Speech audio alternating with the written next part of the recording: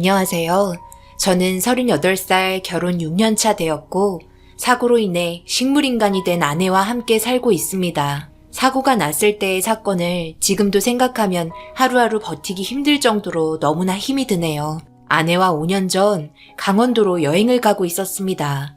2년 연애 후 결혼했고 워낙 서로 바빠서 제대로 여행 한번 못 가봤기 때문에 큰맘 먹고 1박 2일로 떠났어요. 펜션도 좋은데 잡았고 맛있는 것도 먹으면서 즐거운 시간을 보냈죠.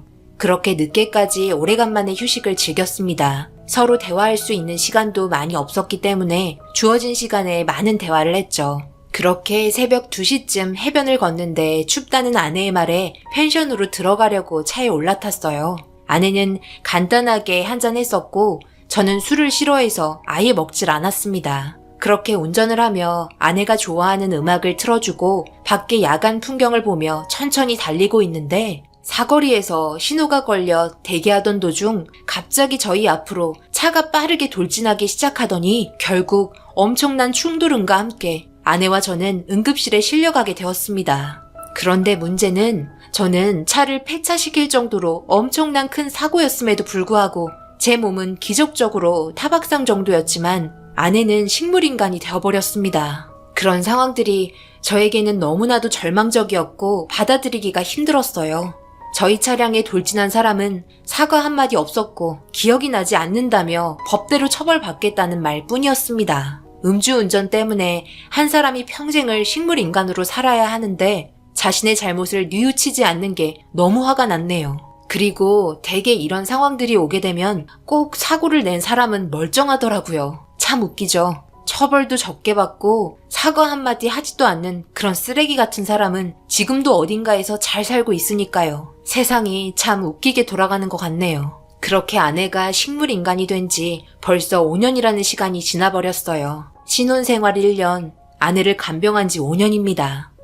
아들, 얼굴이 많이 수척해졌네. 밥은 잘 챙겨 먹고? 연락도 잘 안 돼서 이렇게 찾아왔다. 얘기 좀 하고 싶은데 네가 워낙 바빠서 시간을 낼 수가 있어야지. 내일 일찍 출근해야 하니까 용건만 간단히 하고 들어가마.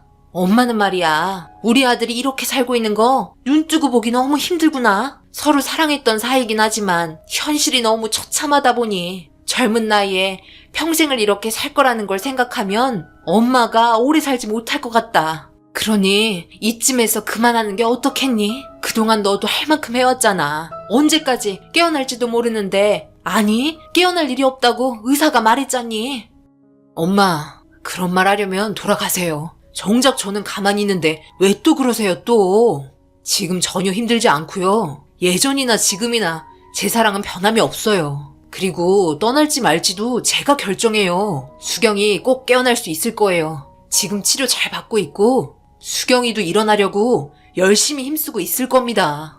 다음에도 이런 쓸데없는 말씀하신다면 그때는 엄마 얼굴 보기 힘들 것 같아요. 제가 오늘은 너무 피곤해서요. 이만 돌아가 주세요. 다음에 집에 한번 찾아뵐게요. 배웅 못해드려 죄송해요. 너는 지금 이게 정상적인 생활 같니? 얘를 봐라. 목에 호수를 연결해서 제때 가래를 제거하지 않으면 폐렴 증상까지 나타나 언제 세상을 떠날지 모를 정도로 심각한데 잘 이겨내고 있다고? 엄마는 현실을 말하는 거야. 죽은 거나 다름없는 사람 앞에서 언제까지 있을 건데? 얘가 세상 떠난 후에 혼자 남겨진 너는 나이 먹을 대로 다 먹고 새 출발하기도 힘들 정도로 정신적인 스트레스 받아서 그렇게 늙어 죽을 거니? 평생 혼자 살 거야? 산 사람은 살아야지. 언제까지 희망 없는 사람 붙잡고 있을 건데? 속이 썩어 문드러진 엄마 아빠는 생각 안 하니? 엄마, 이제 그만하세요 좀. 저는 이렇게 정상적으로 생활하고 있는데 수경이는 5년을 손가락 하나 움직이지 못하고 누워 있었어요. 수경이가 부모가 없는 것도 아니고 하루하루 힘들게 버티고 계신 장모님도 계신다고요. 엄마는 아빠라도 있죠. 장모님은 수경이 이렇게 되고 장인어른까지 사고로 세상을 떠나셨는데 얼마나 충격이 크시겠어요? 이럴 때일수록 서로 보듬어줘야 하는 거지 포기하는 게 방법은 아니에요. 지금 모두 힘들게 줄 하나에 의지한 채 버티고 있는데 누구 하나라도 떨어지게 된다면 무너지는 거 한순간이에요. 그러니 앞으로 이런 말 하지 말아주세요.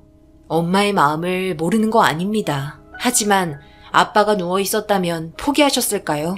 입장을 바꿔 생각한다면 절대 그렇게 하지 못했을 겁니다. 제 사랑은 지금이나 예전이나 변함이 없었기 때문에 엄마에게 모진말하게 되었네요. 그리고 뒤이어 장모님께서 들어오셨습니다. 아내가 있는 방에서 나오다가 저와 엄마가 싸우는 소리를 다 들으셨는지 죄스러운 얼굴로 고개를 떨군 채 인사를 하니 저희 엄마는 속 터진다며 우리 아들 인생 어떡할 거냐고 오열을 하면서 나가셨습니다. 아무 말 없이 비틀거리고 계신 장모님 부축해서 좀 쉬시라며 방으로 모셔다 드렸습니다. 병원 생활 4년 정도 했고 지금은 저희 집에서 아내와 저 그리고 장모님과 같이 생활하고 있습니다. 워낙 병원 생활에 지쳐 있기도 하고 공기도 좋지 않은 것 같아 전원주택으로 이사했네요. 현재 간병인이 3명 붙어서 도와주고 계십니다. 금전적으로 꽤 많은 돈이 나가긴 하지만 아내의 몸이 조금이라도 좋아질 수 있다면 사소한 거라도 뭐든 다 해주고 싶었습니다. 그리고 병원보다 집에서 지내는 게 훨씬 편했어요. 그런데 최근 들어 장모님께서 저를 대하시는 게 많이 달라지기 시작했는데요. 워낙 무뚝뚝한 분이셔서 말수도 많이 없으신데 제가 집에 들어오기만 하면 제 옆에 있으면서 평소에 잘하지 않던 말들도 하면서 저를 따뜻하게 대해주셨습니다. 오늘도 고생했네. 손서방이 좋아하는 갈비찜 해놨으니 저녁밥 먹게 얼른 씻고 나오게. 그리고 간병인분들 일찍 퇴근시켰네. 라면 하나 끓여 먹으면 되는데 저녁을 차리셨어요. 그리고 간병인분들 일찍 퇴근시키면 장모님께서 힘드실 텐데 왜 그러셨어요? 괜찮네. 간병인분들도 많이 지쳐 보이고 이런 날도 있어야 다음날 우리 수경이 돌봐주는데 사소한 거라도 신경 써주지 않겠나? 그렇게 장모님께서는 주방에 가셔서 저녁 준비를 하고 계셨고 저는 씻고 나와서 식탁에 앉았습니다. 평소 같으면 저와 같이 앉아서 저녁을 먹지 않는데 장모님 분위기가 좀 달랐습니다. 오늘 하루 어떤 일이 있었는지 이런저런 이야기를 하시면서 제 밥그릇에 반찬도 올려주면서 저를 보며 밝게 웃어주셨습니다. 원래 장모님의 성격과는 180도 다른 모습에 좀 당황하기도 했지만 이런 분위기도 나쁘지 않았어요. 집에 들어오면 항상 우울한 기분이었는데 장모님께서 밝게 맞아주셔서 조금이나마 기분이 풀어졌네요. 제가 먼저 장모님께 밝게 웃어주면서 친근하게 다가가야 했는데 그렇지 못해 정말 죄송했습니다. 장모님께서 해주신 갈비찜을 맛있게 먹고 저를 하루 종일 기다리고 있던 아내의 얼굴을 보려고 방으로 들어갔습니다. 언제나 저에게 한결같은 모습으로 저를 기다려주고 있는 아내는 웃지도 않고 울지도 않고 그저 평온한 얼굴로 눈을 감고 있었네요. 그렇게 한참을 아내가 누워있는 방에서 함께 있다가 다음날 아침 일찍 출근을 해야 하기 때문에 제 방으로 들어가 이것저것 정리하다 보니 새벽 시간이 되었고 몸이 많이 피곤해 침대에 누웠는데 노크 소리가 들려오면서 장모님께서 제 방에 들어가도 되냐며 물어보시길래 늦은 새벽 무슨 일인지 몰라 일단 들어오시라고 했어요. 조심스럽게 방 안으로 들어오신 장모님께서 제 눈치를 살피더니 옆에 앉아도 되냐며 물어보시길래 평소 장모님의 행동이 아니라서 당황하기도 했지만 옆에 앉으시라고 했습니다. 그런데 장모님 손을 보니 맥주가 2캔이 들려 있었고 저에게 한 개를 건네주면서 잠시 동안의 침묵을 깨며 떨리는 목소리로 저에게 조심스럽게 말을 꺼내셨습니다.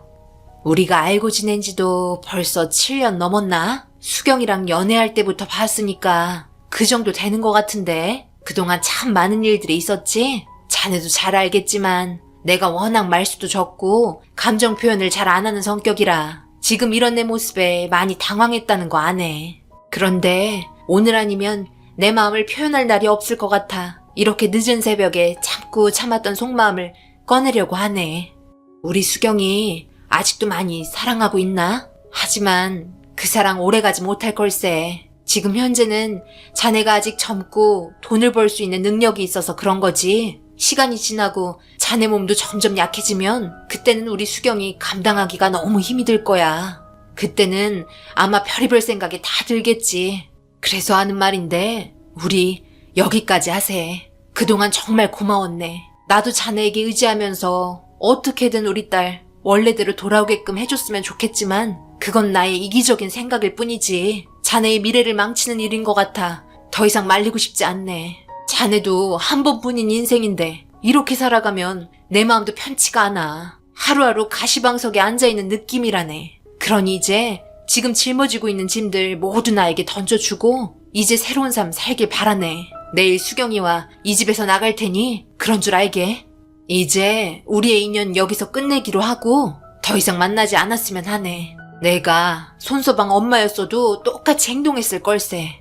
내 아들이 아무것도 할 수 없는 식물인간 여자한테 자기 인생을 평생 동안 바치면서 산다는 걸 생각하니 가슴이 무너지고 찢어진다네. 그런 삶을 살라고 배 아파 낳은 것도 아니고 좋은데 취직시키려고 뼈 빠지게 뒷바라지 시킨 것도 아닌데 이런 삶을 살고 있는 거 보면 얼마나 힘들겠나. 자네가 우리 수경이 사랑하는 마음 너무나 잘 알고 있고 여기까지 했으면 충분하니까 이제 새로운 삶 살길 바라네. 그동안 고마웠고 평생 잊지 못할 걸세. 자네가 무슨 말을 할지 알기 때문에 의견 듣지 않을 테니 먼저 일어나 보겠네. 그럼 푹 쉬게. 장모님께서 일방적인 말에 할 말을 잃었고 거실에서 울려 퍼지고 있는 흐느끼는 소리에 가슴이 아팠습니다. 엄마가 오셔서 했던 이야기들 모두 듣고 계셨으니 그 마음 얼마나 힘드셨을까요? 같은 부모의 입장에서 생각해보면 저희 엄마 마음 충분히 이해하셨겠죠. 이런 상황이 오다 보니 잠도 오지 않아 한참을 침대에 앉아있다가 동이 트고 아내의 얼굴이 보고 싶어 아내가 누워있는 방으로 들어가려 하는데 장모님께서 아내에게 하는 말을 듣곤 저는 오열하고 말았습니다. 차라리 이럴 거면 그냥 세상 떠나면 되지. 왜 이렇게 끈질기게 버티고 있어서 우리 모두를 힘들게 하는 거니? 이게 사람 사는 거니? 아무리 내 자식이라도 이렇게 사는 건 죽느니만 못하다. 그런데 뒤돌아서면 남인 손서방은 오죽하겠니? 힘들게 밖에서 일하고 들어오면 너는 맨날 누워만 있고 호수에 가래나 제거해주면서 식물을 키우는 것처럼 아무런 감정도 전달받지 못하니 정신적으로 얼마나 힘이 들겠어. 이제 손서방 그만 놔주고 각자의 인생으로 떠나자. 수경아, 엄마가 한 행동에 대해서 너무 원망하지 말고 우리 이따가 손서방 출근하면 나갈 테니까 각자의 삶을 살도록 하자. 더 이상 이렇게는 못 살겠어. 아내의 방에서 장모님께서는 한참 동안 눈물을 흘리시더니 밖으로 나오셨고 제가 문 앞에 있는 모습을 보시곤 화들짝 놀라시더니 급하게 화장실로 들어가셨네요. 저는 아내에게 천천히 다가가 얼굴을 쓰다듬고 점점 굳어가는 손을 주물러주며 아내를 바라보고 있는데 제가 흐느끼는 소리를 들은 건지 눈물 한 방울 나지 않던 아내의 눈에서 눈물이 흐르는 걸 확인할 수 있었습니다. 그때 알았죠. 몸은 움직일 수 없어도 들을 수 있다는 것을요. 여태까지 아내는 단 한 번도 눈물을 흘린 적이 없었던 건 혹시라도 자신이 눈물이라도 흘리면 제가 더 힘들어질까봐 꾹꾹 눌러 참아왔던 것 같습니다. 아내의 눈에서 흐르는 눈물은 제발 나를 버리지 마, 떠나지 마, 평생 함께하고 싶어 라고 저에게 외치고 있는 것 같았고 그런 모습을 보니 장모님께서 내린 결정 받아들일 수 없었어요. 저는 회사의 사정을 말한 뒤 하루의 시간을 비워둔 후 장모님이 계신 방을 두드렸습니다. 아무 말 없이 조용히 방문을 열어주셨고 방 안에는 그동안 지내시면서 사용하셨던 짐들을 캐리어에 담고 계셨어요. 저는 장모님 손을 잡으며 수경이가 우리 말을 다 듣고 있었다며 눈물을 흘리고 있는 모습을 보니 더욱더 수경이를 놔줄 수 없고 죽으나 사나 평생을 함께하기로 약속을 한 결혼이기 때문에 제가 결정한 인생 후회 없으니 최선을 다해 수경이가 깨어날 수 있도록 노력한다며 장모님께 제가 한 결정에 대해서 후회하지 않는다고 충분한 설명을 통해 전달했습니다. 앞으로 장모님께서 수경이와 함께 밖으로 나간다면 둘은 아마 오래 버티지 못할 겁니다. 어디 가서 뭘 하며 살겠어요. 이 집을 나가려 한다는 건 그만큼 마음속으로 결정한 부분이 있었기 때문에 새벽 늦게 제 방으로 찾아오신 거겠죠. 그렇게 제가 장모님께 보여드린 굳은 결심으로 인해 지금까지 잘 버티며 살아오고 있습니다. 그런데 이런 저희 모습을 보고 하늘에서 감동받으셨는지 아내에게 기적이 일어나고 있었습니다. 아마 아내도 저희가 눈으로 볼 수는 없지만 나름 빨리 회복하려고 열심히 노력하고 있는 것 같았어요. 기적이라고 말하면 갑자기 벌떡 일어났나? 라고 생각하시는 분들에겐 죄송하지만 저희 기준으로의 기적은 아내와 의사소통이 된다는 거였습니다. 이것만으로도 너무나 감사하고 하루하루 사는 게 행복하며 그동안의 고생을 모두 씻어내려 주는 것처럼 기쁘고 좋았어요. 비록 말을 할 수는 없지만 아내가 감고 있던 눈을 뜨게 되었고 아내와 마주치는 눈동자로 모든 대화를 할 수 있고 느낄 수 있었습니다. 비록 눈을 깜빡거리며 낱말 하나하나 맞춰가면서 대화하는데요. 퇴근한 저에게 제일 처음으로 하는 말은 사랑해입니다. 이렇게 아내가 살아있다는 것에 너무나 감사할 뿐이네요. 그리고 손가락과 발가락이 조금씩 움직이기 시작했습니다. 그런 발전되는 모습에 간병인 분들도 더욱더 열심히 손과 발을 마사지해 주셨고 장모님께서도 지금은 많이 밝아지셨어요. 포기하면 그 자리에서 멈추게 되고 그걸로 끝인 게 되지만 쓰러지고 또 쓰러져도 포기하지 않고 계속해서 일어나고 헤쳐나간다면 그 끝은 분명 밝은 미래가 저희를 기다리고 있을 겁니다. 비록 사람마다 사는 환경이 모두 제각각이지만 저희가 살고 있는 지금의 삶이 저는 너무나 행복하네요. 제 사연을 듣게 되신 많은 분들께서 수경이에게 힘이 될 수 있는 격려의 말 한마디 해주신다면 분명 더욱더 힘을 내서 언젠가 여러분들께서 남겨주신 격려의 글 덕분에 일어났다며 컴퓨터 앞에 앉아 고마움의 표시로 사연을 적어 내려가지 않을까 생각합니다. 각자의 인생에 힘든 부분 분명히 있으실 테고 경기가 안 좋은 요즘 시기에 잘 헤쳐나가셔서 밝은 빛이 오는 그날을 꿈꾸며 하루하루 행복하게 인생을 살아가시길 바랍니다. 제 부족한 사연 들어주신 여러분들 항상 좋은 일 가득하시고 축복 받으시길 바라며 이 글을 마무리하겠습니다. 감사합니다. 오늘의 사연은 여기까지입니다. 댓글로 여러분들의 생각과 조언을 남겨주세요. 저는 다음 영상으로 찾아뵙겠습니다. 감사합니다.